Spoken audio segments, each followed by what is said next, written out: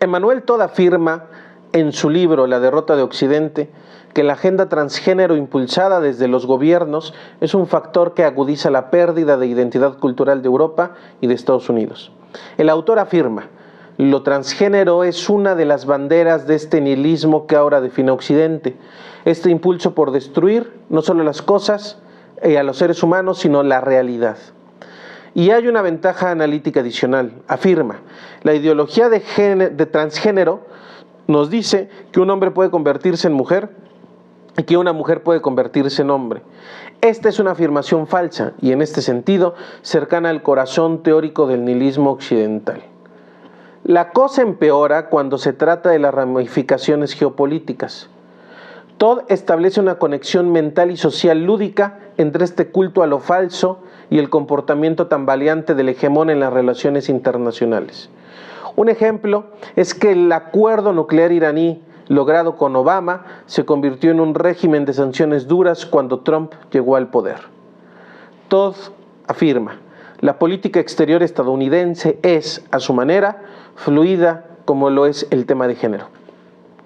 Pues bien, con esta idea de Todd en la mano, abordaremos hoy el análisis de la ceremonia de inauguración de los Juegos Olímpicos de París 2024, ocurrida el viernes 26 de julio, que ya ha generado polémicas enormes y ponzoñosas por los símbolos y representaciones estéticas que se utilizaron en ellas. Que si la gente creyó que era la última cena, que si era una fiesta helénica, que si era un pitufo, que si representaba al demonio, etc. Esto ya ha derivado en peleas y enconos en distintas esferas de la sociedad internacional. Primero, autoridades e instituciones reconocidas hicieron expreso su descontento, como el gobierno de Eslovaquia, que ya dijo que no irá más a ceremonias de los Juegos Olímpicos, los Juegos Olímpicos de París, así como de asociaciones de obispos y arzobispos católicos de todo el mundo que han mandado cartas al COI pidiendo una disculpa pública, así como asociaciones de otras religiones que se han solidarizado con la Iglesia Católica. También en las redes sociales se ha mostrado este descontento. Un sinnúmero de usuarios se ha lanzado a atacarse entre sí. Si no te gustó el evento, eres un homofóbico. Si sí te gustó, eres un blasfemo. Las etiquetas morales y prejuicios se han puesto en primera fila para esgrimir este debate. Por tanto, vale la pena preguntarnos con seriedad, junto con Emmanuel Todd, preguntarnos con rigurosidad analítica, tratando de evitar todo simplismo e intolerancia. Lo que vimos estéticamente el viernes 26, los símbolos, los colores y todo alrededor, significan algo para la posición geopolítica de Occidente y más aún, ¿este evento contribuye a agudizar la caída de Occidente?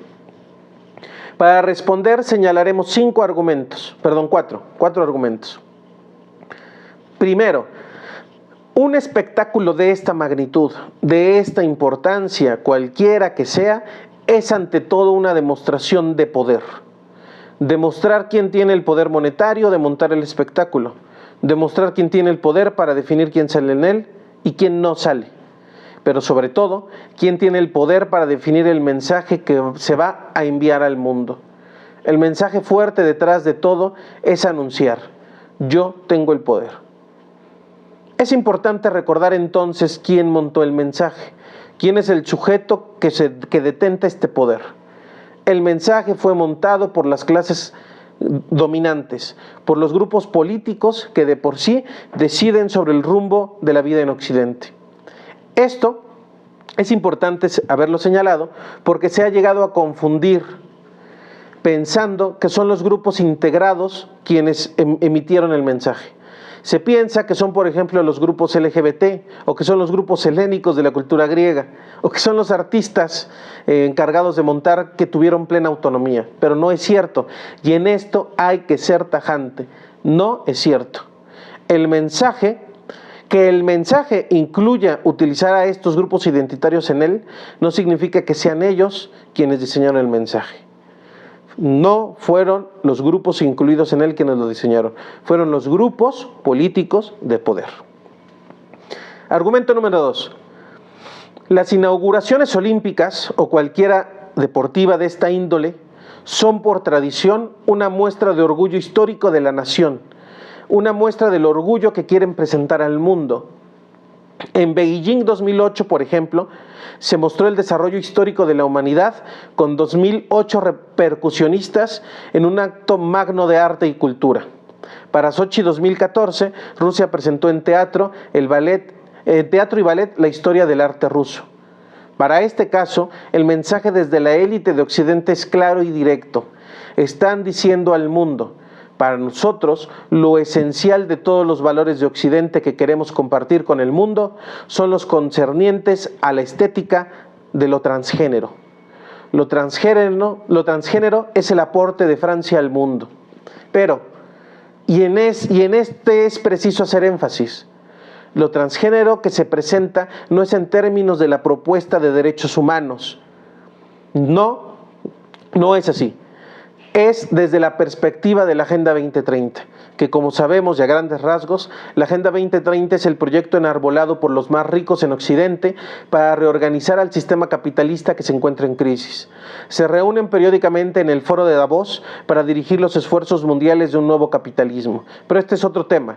Basta con decir que la Agenda 2030 es el proyecto de las élites para sobrevivir en un mundo en crisis, y el transgenerismo que se nos presenta es la que les es útil a sus objetivos. No es un transgenerismo de los derechos humanos, es un transgenerismo que les es útil para reorganizar al mundo capitalista.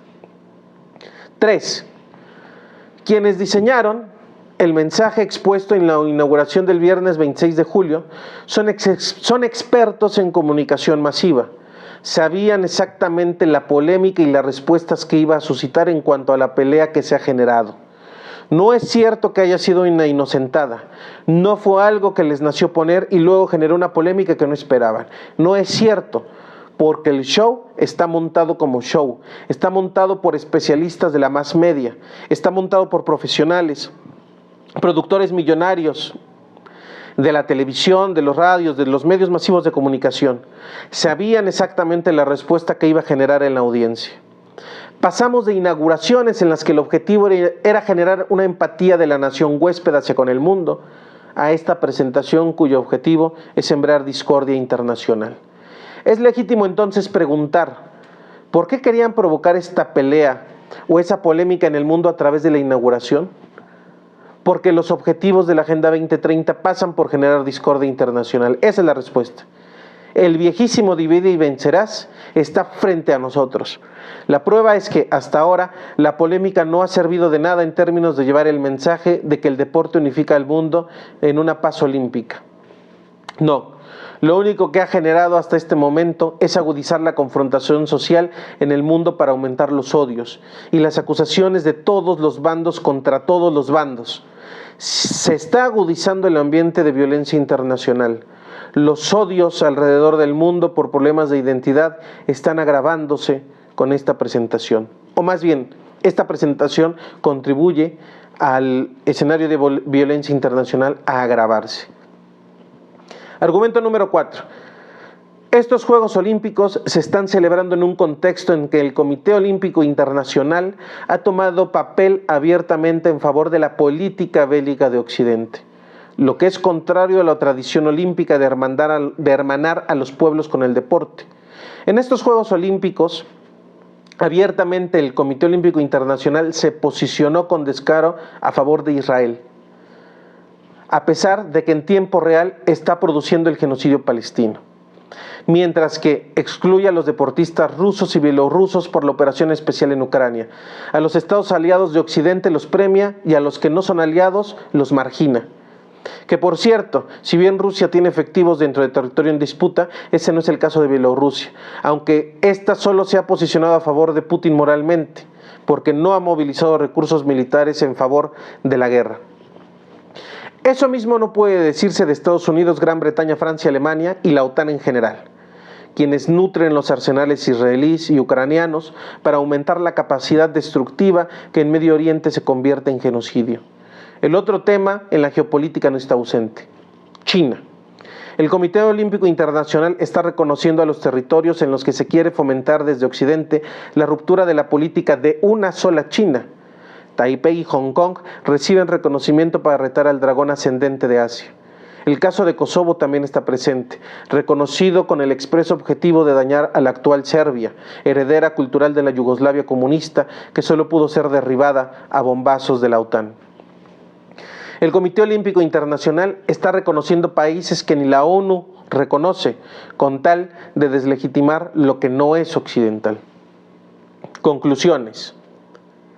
Después de expresados estos puntos y a la luz de la obra de Emmanuel Todd, La derrota de Occidente, a la que por cierto invitamos a leer, comentar y debatir, concluimos que 1. Este evento inaugural de los Juegos Olímpicos sí está contribuyendo a la caída de Occidente, pero no es la agenda LGBT o la agenda transgénero o la de los derechos de las diversidades la que lo está haciendo, sino al uso que la Agenda 2030 y los grupos de los grandes capitales en declive le está dando a esta agenda transgénero. 2. La presentación de los Juegos Olímpicos sí está abonando a la caída de Occidente, en tanto la gente del mundo, la comunidad internacional, cae en la política barata y entra en la dinámica de la fragmentación, en tanto acepta acríticamente este mensaje confuso de pelea irracional y de fomento de odio. 3. Esta crisis de identidad radica en la crisis de no saber reconocernos como parte del género humano. Hoy somos capaces de desconocernos por algo que vimos en la tele.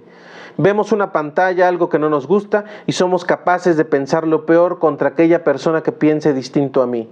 La comunidad internacional se está desconociendo como género humano y es parte de esta Agenda 2030 la que promueve tal falta de identidad. Cuarta y última conclusión. Occidente está cayendo. Esta es una afirmación innegable. Y en su larga agonía carga la mano para que seamos la ciudadanía de a pie la que cargue los costos más crudos. Seamos nosotros los que paguemos las consecuencias más agudas. Seamos los que pongamos los muertos, el dinero perdido, el patrimonio destrozado, la sangre y la podredumbre. Muchas gracias.